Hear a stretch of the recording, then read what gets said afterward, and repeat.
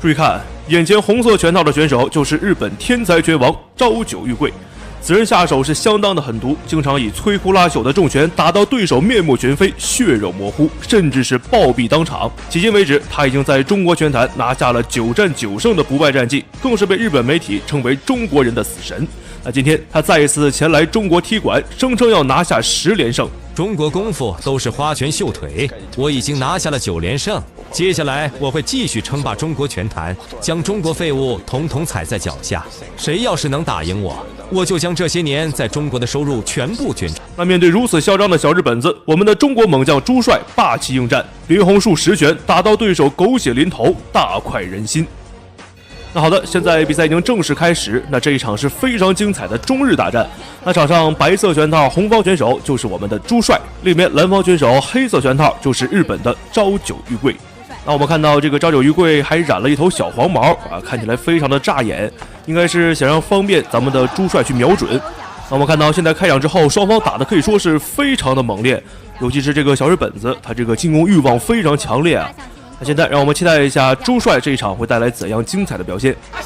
朝九玉桂在去年的年終盛典對上了王俊玉，那第4回合以跳膝 KO 了王俊玉，但是呢腳部嚴重受傷，整整呢休養了1年，再回到武林風的擂台。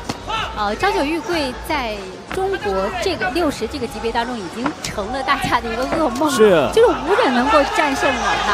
哎呦我的天哪！上場之後連續3個重拳，我看到朱帥直接是擊倒了朝九玉桂。那雖然說剛剛這個朝九玉桂打得非常猛，但是在朱帥面前，只需要1拳就可以把這個朝九玉桂直接撂倒。現在比賽繼續啊，看一下小日本子明顯是慫了很多。但是不知道後續這場不是衛冕戰，對，朝九玉桂的衛冕戰在3月。是，這只是一場超級戰。是。但是呢，這個強毒真的是振奮人心。好的，這時候我們看到朱帥連續進攻，連續重拳，現在是完全不給小日本子喘息的機會啊！小日本子甚至連格擋都做不到了，只能是近身的去摟抱朱帥，拉近這個距離，拖延時間。朝九玉桂如果選擇步伐的變化的話，就比較難打；如果選擇對攻的話，對朱帥比較有利。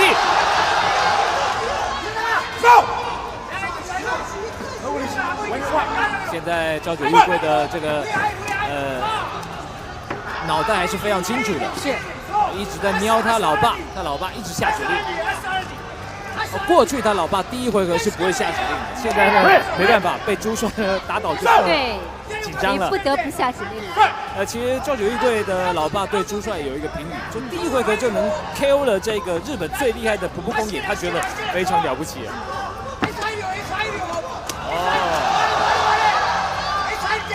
幾節？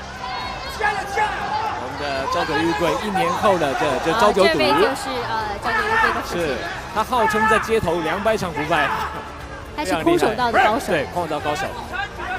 其實他們本來是他們的道館是小小破破舊舊的，那朝九玉桂在武林風一戰成名之後啊，他們現在的這個道館變成1000平方米的這種很大的道館，然後學生好幾百個人，常常呢這個裡面塞不下，要到外面空地去練。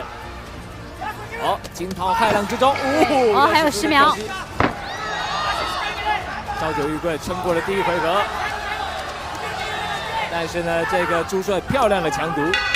好，第1回合。好的，現在第1回合比賽已經結束啊。第1回合，咱們朱帥是拿下了非常大的優勢啊，不僅僅是一次擊倒，而且還有連續重拳，打到這個小日本子甚至是有一點懵了。那現在讓我們期待一下，在稍作休息過後，第2回合咱們的朱帥會帶來怎樣精彩的表現。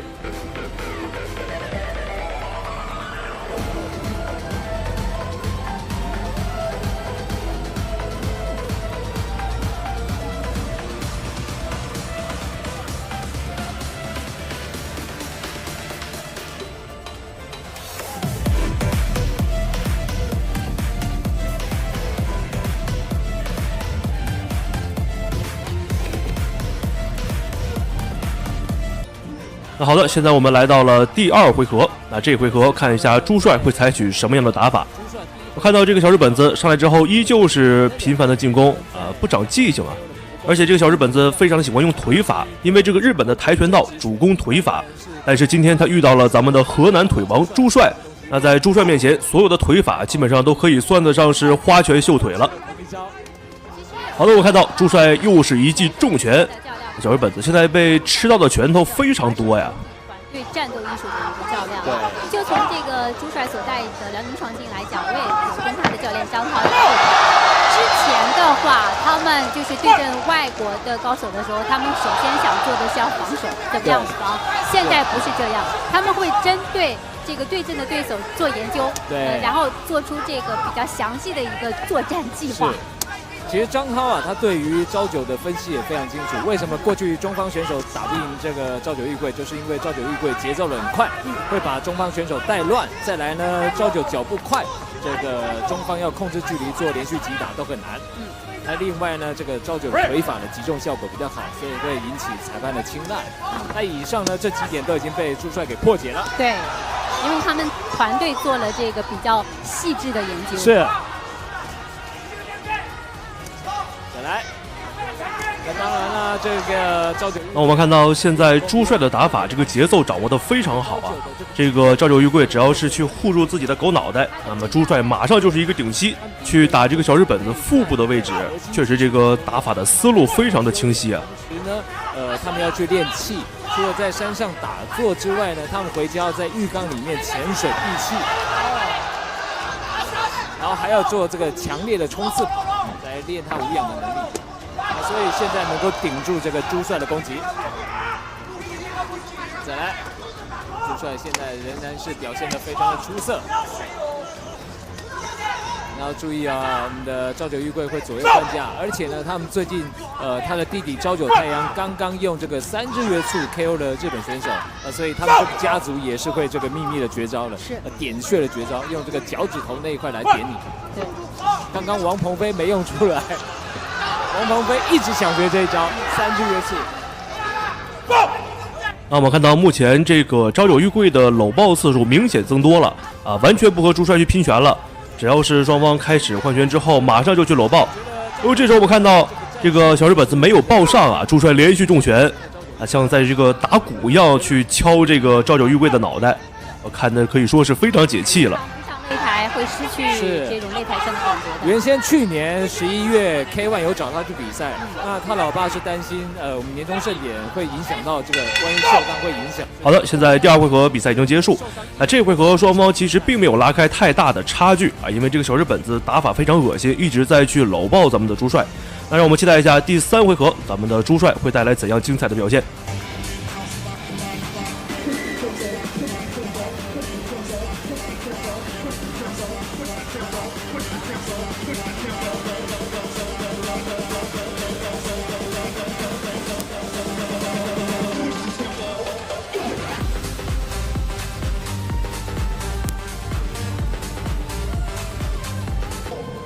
好的，現在我們來到了本場比賽的第3個回合，也就是本場比賽的最終局了。那這場比賽對於雙方選手來說，可以說是都是非常重要啊。而且我們看到小日本子，他在每一回合的開場打得都非常的猛，像一條瘋狗一樣啊。那看到現在這個小日本子進攻可以說非常猛啊，連續去砸拳。哎呦，咱們朱帥被擊倒了，連續重拳之下，朱帥是倒了，但是並不是重擊啊，沒有什麼關係。現在比賽繼續。現在這個朝九玉貴大爆發了，朱帥要小心，千萬守住這一回合。哦，又一個跳膝。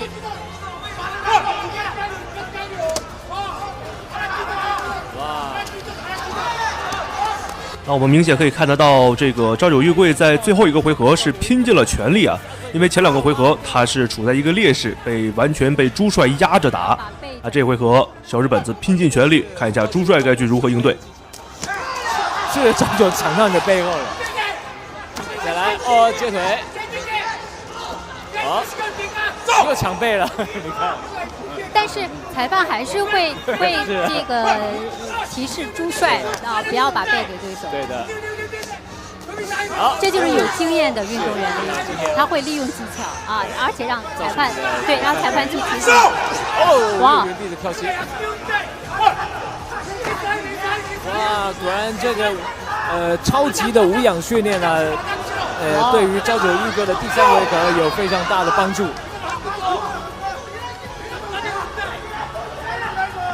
而且這個朝九家族啊，他們在整個整個戰鬥的意識啊，他相當的強調，在日本的原話就是訓練瞬間的一個認識跟閃念，就是一個閃電之間的一個念頭。我跟老爸的一個家傳的一個心法，相當的這個深奧。哇，今天朝九玉桂的老爸也是比較辛苦。好的，我们看到朱帥連續助拳，雙方開始拼拳，但是小日本子明顯快要招架不住了。這個時候朱帥處在上風，小日本子又開始他的摟抱戰術。明顯這個時候小日本子已經不行了，應該是撐不了多久了。看一下朱帥下一步能否乘勝追擊。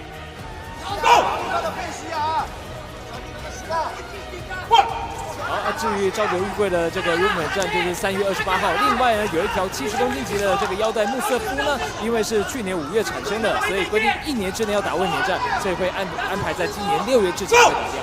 這也是之前觀眾在問的，特別跟觀眾說明一下。好，回到場上來，再來，說實在的，還有10秒。對，朝九的拳法比較粗，但是呢，他拳裡面夾着膝法，不好對付。好的，現在比賽已經結束了。那雙方在第3回合打的是空前的激烈啊。那雙方現在沒有產生 KO， 讓我們期待一下最終裁判的判決結果。那最終朱帥是以點數的優勢贏得了朝九玉桂。那最後讓我們恭喜朱帥獲得了本場比賽的勝利。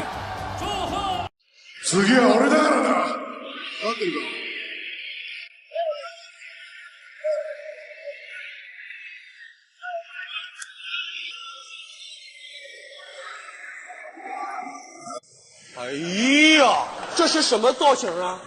世界第一腿王在日本擂台連續踢死5人，日方團隊不服，上台挑戰，結果被踢得狗血淋頭，大喊饒命。他是格鬥界的傳奇，他的腿法力拔千鈞，勢不可擋，快如閃電的出腿速度和捉摸不透的刁鑽角度，足以摧毀一切對手的防線。拳迷這樣評價他的腿法：右腿醫院，左腿墳墓。他就是享譽世界第一腿王的克羅地亞戰警米爾科·菲利普維奇。從克羅地亞反恐隊員到名聲赫赫的格鬥大師，憑借黃金左腿，他叱咤風雲，橫掃武林。可偏偏有不要命的日本人不信邪，非要向他發起挑戰。而挑戰他的正是日本柔術界的天才，2008年柔術金牌選手石井惠。在雙方的一番戰當中，石井惠始終處於優勢，但是意想不到的一幕發生了。克羅地亞戰警一記下位的肘擊，直接打裂了對方的眉骨，對手瞬間狗血淋頭，頭部傷口猶如刀劈。由於傷勢過於嚴重，最終醫療人員強行終止了比賽，最終石井惠輸掉了雙方的一番戰。然而輸掉比賽的石井惠並不服氣，他認為這一次並不是自己實力不行，而是自己運氣不好。如果再打一次，他絕對會終結菲利普維奇的連勝。所以時隔6個月，他再次向克羅地亞戰警菲利普維奇發起了挑戰。好，觀眾朋友們，雙方的二番戰馬上開始。這是克羅地亞戰警菲利普維奇和這個日本選手柔術大師石井惠的二番戰。在一番戰時，克羅地亞戰警一記肘擊直接打穿了對方的眉心讓對方的是眉骨大開，鮮血直流。沒有想到時隔6個月，這個不服氣的石井惠再一次向克羅地亞戰警菲利普維奇發起了挑戰。看來對方呢還真就是記吃不記打。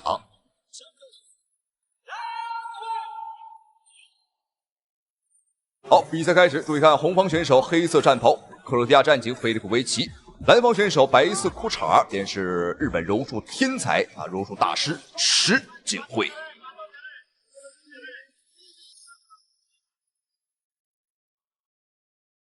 大家不要看這個石井惠長得是像個糙漢看起來不太聰明的樣子，但他呢是一個奧運金牌級別的柔術大師，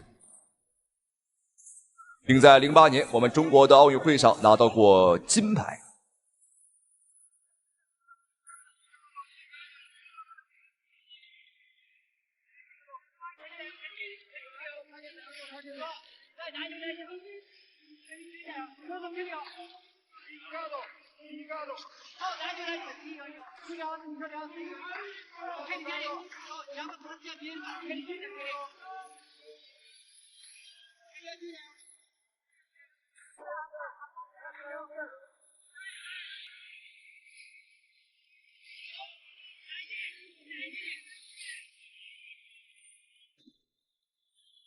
此时的菲利普·維奇已經是40歲的年紀了，和石井慧差了7歲，對方是當打之年，而菲利普·維奇啊已經屬於英雄遲暮了。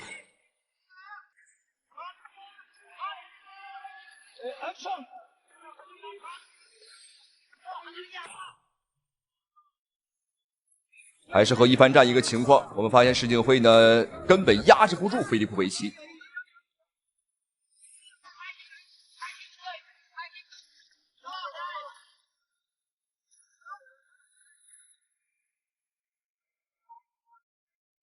大家伙在觀看比賽的時候啊，要多多注意啊，菲利普·維奇的左腿啊，他的左腿很厲害。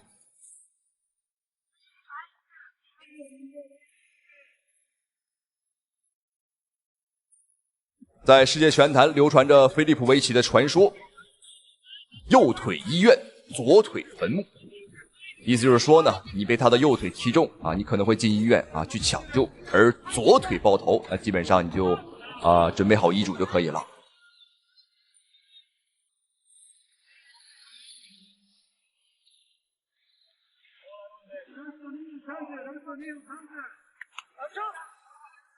怎麼看起來這個石井慧感覺33歲的他呀，要比菲利普·維奇要老，可能是對方呢有一些謝頂的原因。我們看，雖然說現在還沒有謝頂，但是已經有這個苗頭了。好，兩人的比賽來到了地面。好，石井慧，你看，趕緊把腦袋放到了菲利普·維奇的胸口，我趕緊低下來，因為上一次就是這個角度，菲利普·維奇一個肘擊啊，打碎了他的眉骨，啊，眉心。這次這個小日子學聰明了。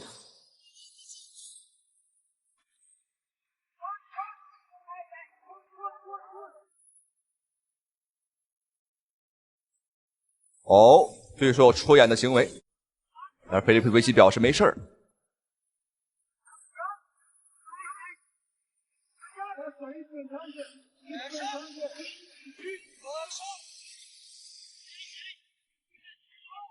兩個人現在就是見招拆招，但是縱使石井慧有全身的武藝，在菲利普·維奇面前，我們看暫時是沒有任何的發揮啊。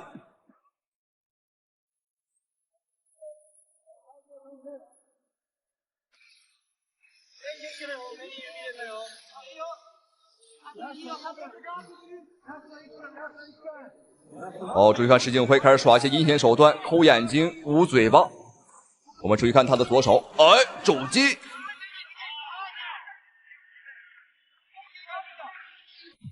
看來石井慧也是個小心眼兒啊，上一場比賽被肘擊了，這場比賽要還回來。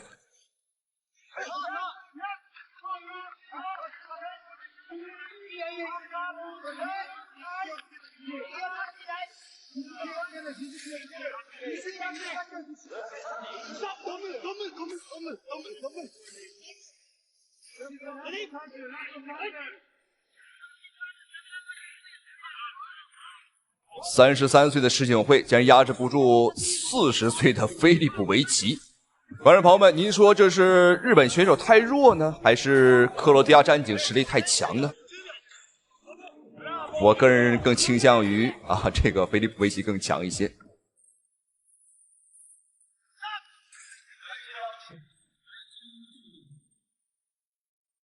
好，第一回合比賽結束。這次來復仇的石井慧呢，可謂是來勢洶洶啊。但是和上一場比賽同樣的結果，就是他呢壓制不住菲利普·維奇。所以說，縱使他的地面實力柔術再強，也無處施展。好，不要少說，看下雙方選手第二回合的精彩表現。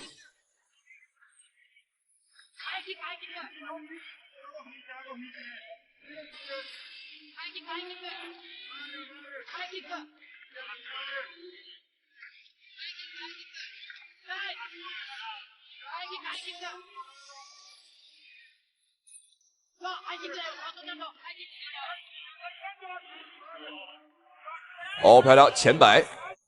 拳法上看起來呢，還是菲利普·維奇啊要更好一些。這個石井慧就像一個傻帽，對方啊只會摟摟抱抱。拳法、腿法這一塊呢，他其實的確是不行。最起碼在克羅地亞戰警啊，菲利普維奇面前不待見。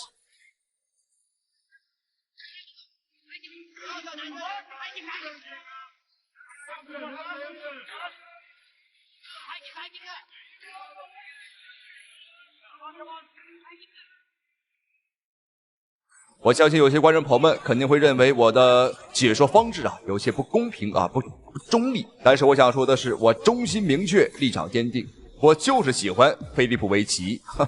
只要是打日本选手，我看谁都順眼。就算现在站在台上的是武僧一龍，我也看武僧一龍啊，我也看他是眉清目秀。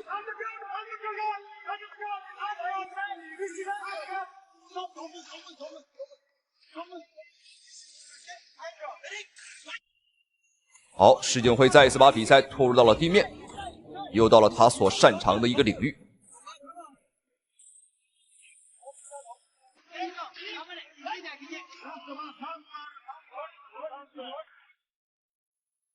我們在格鬥界可以發現一個問題啊，很多日本選手啊，綜合格鬥選手當中呢，柔術都很厲害。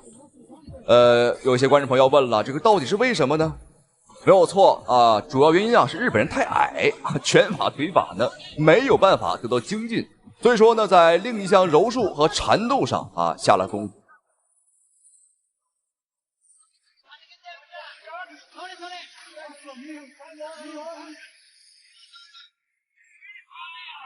好漂亮，又是一個下位的肘擊，來自於菲利普維奇。看情況，雙方一番戰的情況還真有可能重新上演。菲利普維奇肘鋒如刀，但這一次施景輝也學聰明了，你看他腦袋呢像一塊大石頭一樣啊，沉到了菲利普維奇的胸前。上一次吃虧了，相信他對上一次一番戰的比賽啊做了深入的研究，知道自己的腦門到底是如何開的了。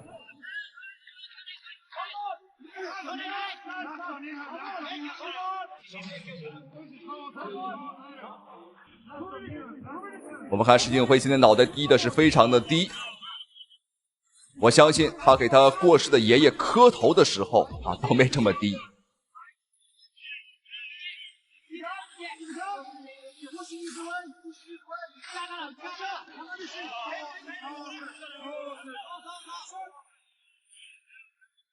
好，雙方的比賽重新回到站立，菲利普維奇剛剛的起身速度非常快。看來菲利普維奇現在已經是迫不及待的想要回到站立和對方呢較量一番了。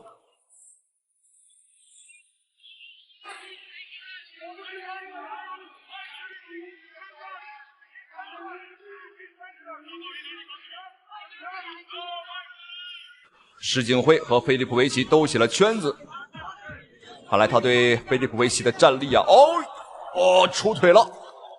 這一下雖然說防住了，但是我相信施景輝的手臂啊肯定是發麻了。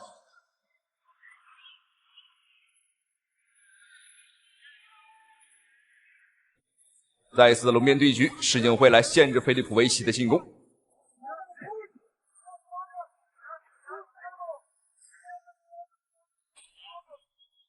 好，頂膝，來自於菲利普維奇。好，再給一拳。雙方戰力水平呢，可以說完全不在一個級別。就目前來看，還是菲利普維奇的確，觀眾朋友們啊，的確是更猛。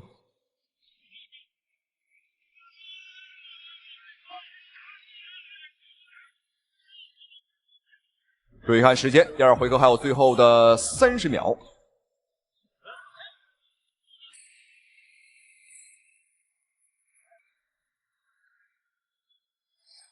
中了黃金左腿，連續補拳，施景輝，哇，這一腳雖然說沒有踢倒啊，但是後續的補拳力道十足。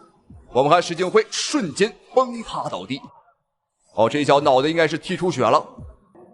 按照以往來講，菲利普維奇剛剛這一腳對方絕對逃不了，但如今已經40歲了，所以說剛剛這一腳是把對方給踢懵了啊，但是沒有踢倒。我們看地上的血跡。我的天哪！好，注意看，黃金左腿，哇，這一腳施景輝已經是懵了，完全被踢懵了。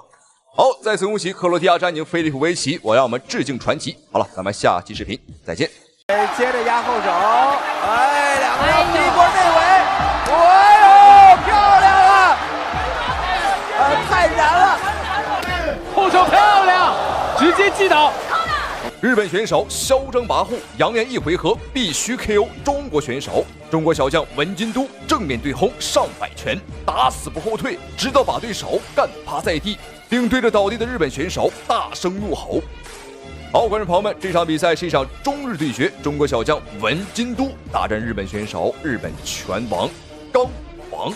當然了，他的剛字呢是剛剛好的剛啊，而不是月字旁的剛啊。好，率先出場的便是日本選手剛王，35歲，上戰績14勝，其中有7場比賽是 KO 對手 ，KO 率是相當之高了。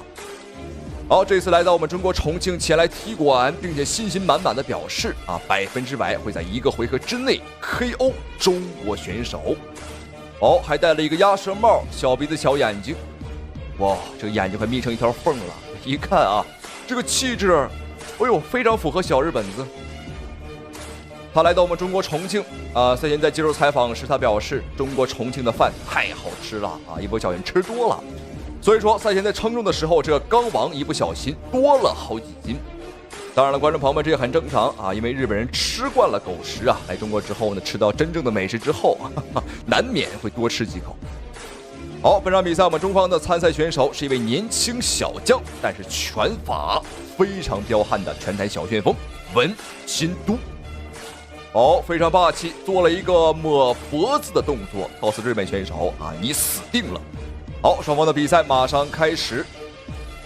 這是一場舉辦在我們中國的比賽這個剛王呢，我看他是剛要亡剛要死，來中國踢館。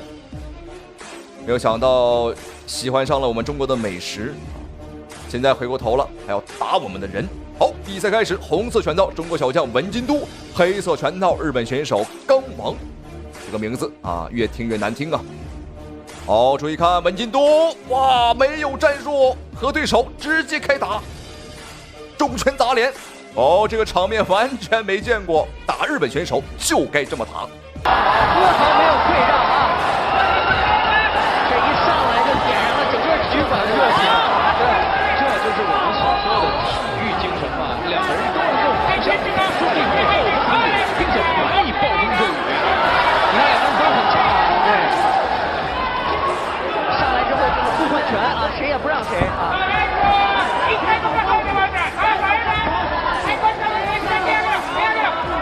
經過一波火拼，文金都現在是放慢了節奏，但是依然不放棄呢，死的緊咬着這個日本選手。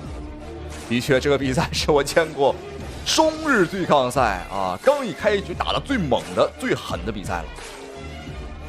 感覺文金都今天不是要打比賽是奔着要打死對手這是。年輕小將最不怕的就是拼拳，而最喜歡打的也就是日本人了。之後這一頓重拳也是非常消耗體力，所以現在慢慢的進入到了一個比較平緩的一個戰鬥的節奏。文金都用雙邊腿正中對手面門，這個機會抓得非常好這應該是有一個讀秒。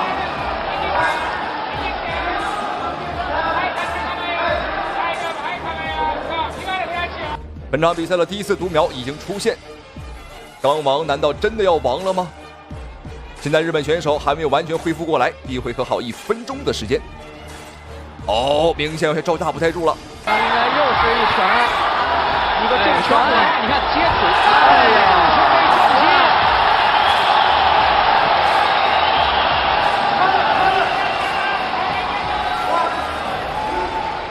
不到10秒鐘，又一次讀秒。我們看這個小雜毛剛王還能不能挺住？還能站起來嗎？對手還真站起來了，還真能打。但注意時間還有40秒，文金都非常充足。還是我們想看的，來，我們看看兩個人在這一回合的後半階段，你看連續2次又是換拳，一擊之後還是按對方連續換拳，並且又是一個撞擊。比賽結束了，比賽結束了，這是我們比賽。比賽徹底結束。這是根據比賽規則，我們看日本選手雖然說還能打，還能站起來，但是根據我們賽事方的比賽規則呢，如果1個回合之內如果3次讀秒，那麼會直接判負。太精彩了，文金都也很給力，這位年輕的小將給這個剛王上了一課。太精彩了。好，再來看一遍精彩回放。哦，這都不是拳法了，這是一個大拐啊，拐了對方一下。這是誰教的招式？這屬於奇招啊，觀眾朋友們。好，再次恭喜文金都，同時非常感謝屏幕前您的收看与支持，咱們下期視頻再見。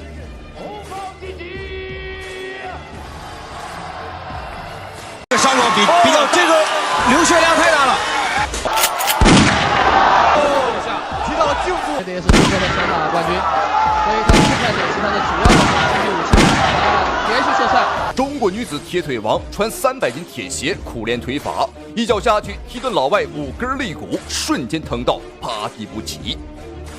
好，觀眾朋友們，率先出場的選手便是來自於我們中國的3打1節女子鐵腿王鄂美蝶。2008年到2019年全國散打錦標賽冠軍，2008年世界武術散打錦標賽冠軍，2012年亞運會散打冠軍，並且還是我們中國當今最強女保鏢啊，實力非常的強勁。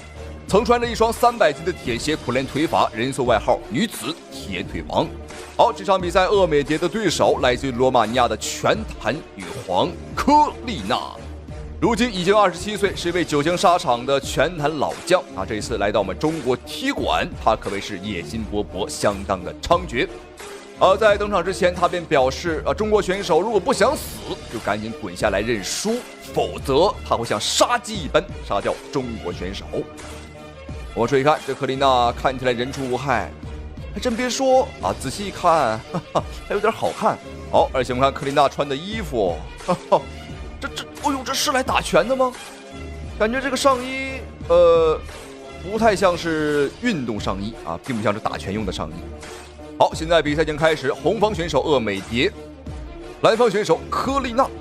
哦，什麼情況？這一下差點把科麗娜扔出擂台。我們注意看，兩名女選手也是沒有廢話，打出了男選手有的這個氣勢啊！沒有廢話，直接開幹。比賽已經開始，我是現場解說鄭秀成配。比賽一開始就很激烈。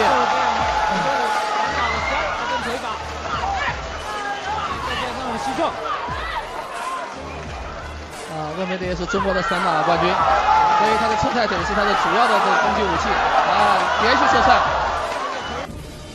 看來今天這場比賽，鄂美蝶呢是有些生氣的。比賽剛一開始，便把自己的拿手好戲鐵腿神功啊直接掏了出來。目前來看，這個科麗娜的確是有一些招架不太住，如同脫韁野馬鄂美蝶的這個進攻。而且我們注意看，鄂美蝶今天的這個髮型也的確像一匹野馬。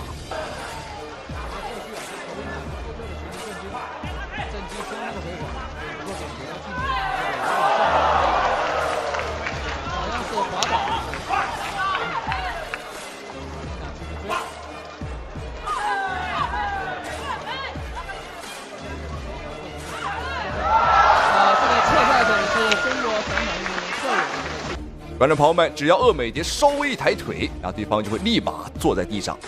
作為散打大滿貫選手，那鄂美蝶的話，她的腿法啊，哎呦，拳法也很有勁兒。當然，科麗娜呢，別看她長得個不高啊，胳膊也不是很長，但是韌勁啊，的確不錯。要知道，鄂美蝶的腿法可是穿着100斤鐵鞋練出來的，你沒有聽錯啊，上百斤鐵鞋。上午2小時，中午2小時，晚上2小時啊，365天，每年日復一日，年復一年，雷打不動，才練成了這雙鐵腿。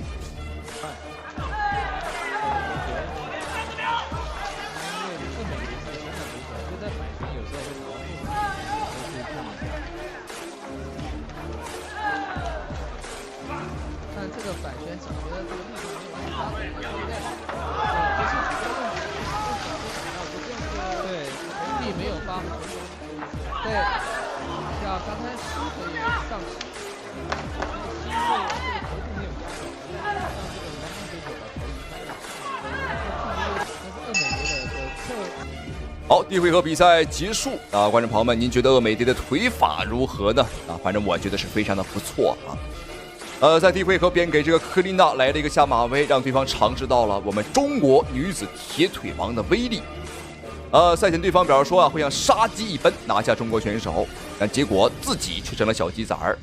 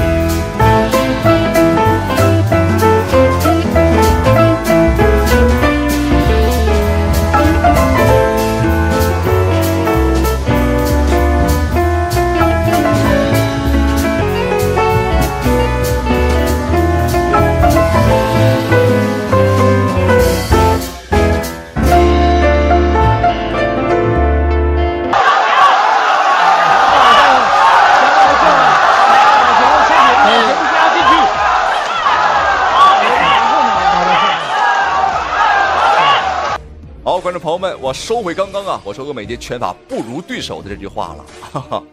那麼剛剛鄂美蝶是狂轟亂炸這個科麗娜，但是對手的抗擊打能力和韌勁兒觀眾朋友們太恐怖了，根本打不動。好，追看第一回合最後的10秒鐘，我感覺對方科麗娜呢是搖搖欲墜，隨時都會倒地，但就是不倒。鄂美蝶做吸重的時候，頭應該再往下用力拉一點，沒有威力。好，雙方最後一個回合的比賽馬上開打，看一下鄂美蝶在這一回合能否 KO 對手。好，我們注意看科麗娜的這個小胸衣這個標籤兒，注意看後背這標籤都出來了。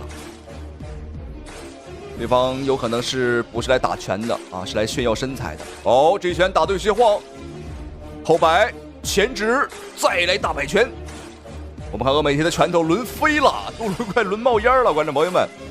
但是科麗娜就像個不倒翁一樣，就是不倒，甚至還和鄂美蝶打起了陣地戰。天哪，對手的這個韌勁和抗擊打能力太強了。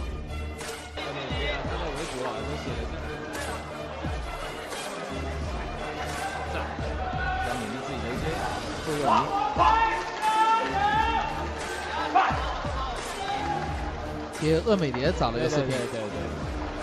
但是这位选手呢，看起来没有做过功課，沒有去找鄂美蝶的視頻，所以他就不知道怎麼打了。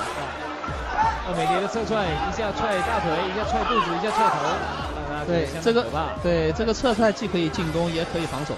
對，而且側踹這個大腿會傷到這個膝蓋，所以那個南方選手要小心一點。好，雙方的比賽還有最後的半個回合，1分半的時間。現在這科麗娜仍然是硬着頭皮來進攻。哦呦，感覺對方已經是搖擺不定。我感覺現在如果來一陣風都可能把對方吹倒。但是問題在於對方看似要倒，就是不倒，有點意思。我就可以問一問，看看對方是不是打了醉拳。無論是進攻還是防襲都有欠缺，還不是很懂。對膝的運用還有膝的防守分不清楚，所以有時候對泰拳好的時候在膝上就吃虧，對，會吃虧。那還好就是自由搏擊的規則沒有走，對，沒有走的話更複雜了。好，這個重拳對一個身體打擊非常的重。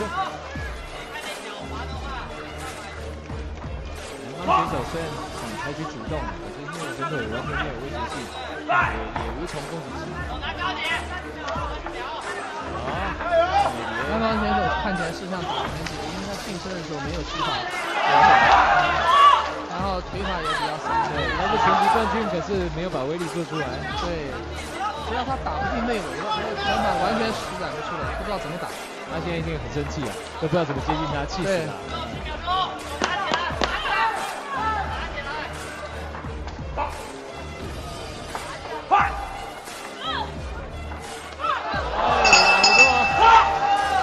好，比賽結束了，應該說贏得了比賽。是的。好，觀眾朋友們，比賽終於結束，這場3回合的大戰，鄂美蝶和這個羅馬尼亞的悍將大戰了3個回合。雖然說沒有產生 KO， 但是鄂美蝶的表現已經非常出色了連續的鐵腿進攻我覺得對方的肋骨肯定是不保了。KO 不了對手也很正常，因為對方就像一頭犀牛一樣，太肉了，根本打不動。好。無論怎麼說，點數判定，恭喜鄂美蝶一致判定獲得勝利。咱們下期視頻再見。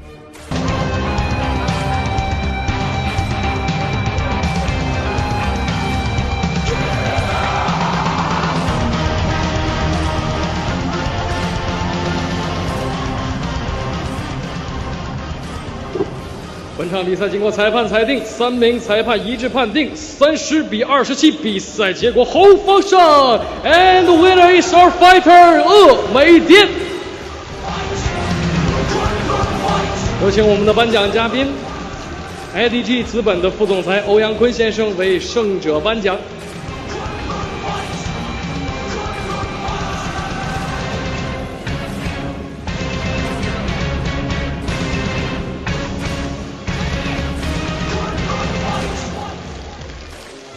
好的，祝賀獲勝的美蝶第一場崑崙決的勝利，也感謝我們的頒獎嘉賓，謝謝。